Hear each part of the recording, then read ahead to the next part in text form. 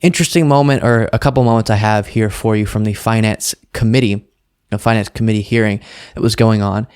They were interviewing or talking to Treasury Secretary Janet Yellen. And first I have for you Democratic Senator Ron Wyden asking Janet Yellen, what would happen if the Republicans did what they've been saying they want to do and repealed the extra funding of the IRS that was included in the Inflation Reduction Act? And this subject is so interesting to me because that action of funding the IRS more, providing more resources to them to go after very wealthy tax cheats, is just all around a good policy. It's just a good, logical policy. Almost everyone other than those who are very wealthy benefit from it. And still, Republicans, because it's Biden who pushed for it, and it's something designed to get more tax revenue out of those at the very top, who legally should be paying the amounts that they would be getting. Republicans are against it and are very proudly saying they wish that they could repeal this policy, this law, and that would be bad. And I don't understand how so many who support these politicians don't see this is just one example and one representative example of the way that Republicans work against daily the very interest of their own constituents. And we'll talk about more why that is after this. Secretary Yellen, if Republicans had their way and repealed the IRS funding to go after wealthy, tax cheats, what would that do to the agency's ability to really make sure that those people at the very top paid their fair share? Well, it would allow the wealthy and large corporations to skip out on taxes they legally owe and make life harder for ordinary middle-class families who pay their taxes to get the kind of service that they deserve from the IRS. And it would increase the tax gap and add to the deficit by over $114 billion. So because the IRS is maybe seen negatively by a lot of people because it's the one who gets your taxes, it's been effective, been something that gets huge applause lines when Republicans say it on stages, and clearly is something that many of their constituents like because they keep talking about it. The idea of not funding the IRS more. And like I said, intuitively, that might make sense because a lot of people don't like the IRS in kind of a vague sense because they're the ones who take some of your money.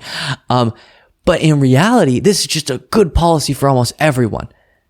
Let me explain. Number one, from the government's perspective, by funding the IRS more, we actually get more back in extra tax revenue from those at the very top of our economic ladder who are going to be focused on here than it took to fund the IRS more. So we're coming out on top financially. Republicans always talking about fiscal responsibility, but as Janet Yellen noted there, you would be increasing the deficit. We would be losing money in a sense if you repealed this law because we provide extra funding to the IRS. They're able to make more back than that by getting revenue that they're legally supposed to be getting from those who are cheating their taxes, who are very wealthy individuals and corporations. And so then the government's making back more money. That's logical. It's getting money that individuals are legally obligated to pay. That makes sense. It's going after those who have plenty of money. That makes sense. It's making, in theory, not necessarily in practice based on other things that are also getting passed, but in theory makes our tax burden less because others are having to pay more in that they should be paying. So everyone's coming out on top except for maybe the select few of very wealthy billionaires and multimillionaires and corporations that this impacts. So how the Republican Party can message their way into making it a popular issue to go against this policy is very strange. Now, they won't be able to actually repeal it because Biden's president. He could veto anything like that, and the Senate wouldn't pass it, but it's definitely still something they're talking about. Second moment here from this hearing. And I believe IRS should have the authority to oversee paid preparers and make sure that they help taxpayers file more accurate returns, and in turn that would protect them from penalties and interest costs from poor quality advice that some now receive. Thank you. I wish my colleagues were as interested in tax cheating among billionaires as they were low-income people, but I guess that's just the way politics in 2023 seems to work. And that was Democratic Senator Sherrod Brown, and he's exactly right.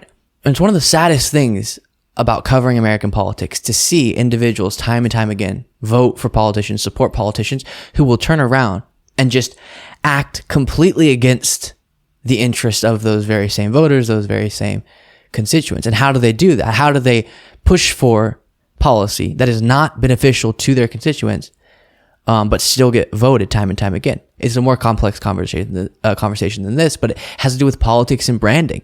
And there are people, many within the Democratic Party, who are guilty of this too, but it's far more prominent within the Republican Party, where what they're actually doing, their actions, are helping the powerful become more powerful, the wealthy become more wealthy. Trying to repeal an action that's just a great way to get tax revenue we should be getting from those at the very top. But politically are able to brand themselves as fighting woke, or preventing 87,000 IRS agents from going after MAGA, or whatever. And so their branding, their messaging, their politics is effective enough where so that their policy can be horrible. Their policy can be publicly pushing for something that just would not benefit the vast, vast, vast majority of their constituents. And it's really enraging and sad to see. And hopefully people will wake up to that fact. Not become woke. I know, oh my goodness, woke. Republicans would never want to be woke, but wake up to the fact that their politicians are working against their interest. Thank you so much for watching. If you want to be a part of what makes this show possible, plus get access to the full video version of the show hours before all the clips are uploaded to YouTube, plus get the full bonus show every single Saturday, you can do so by going to patreon.com/Luke Beasley. That's patreon.com/Luke Beasley. Link in the description.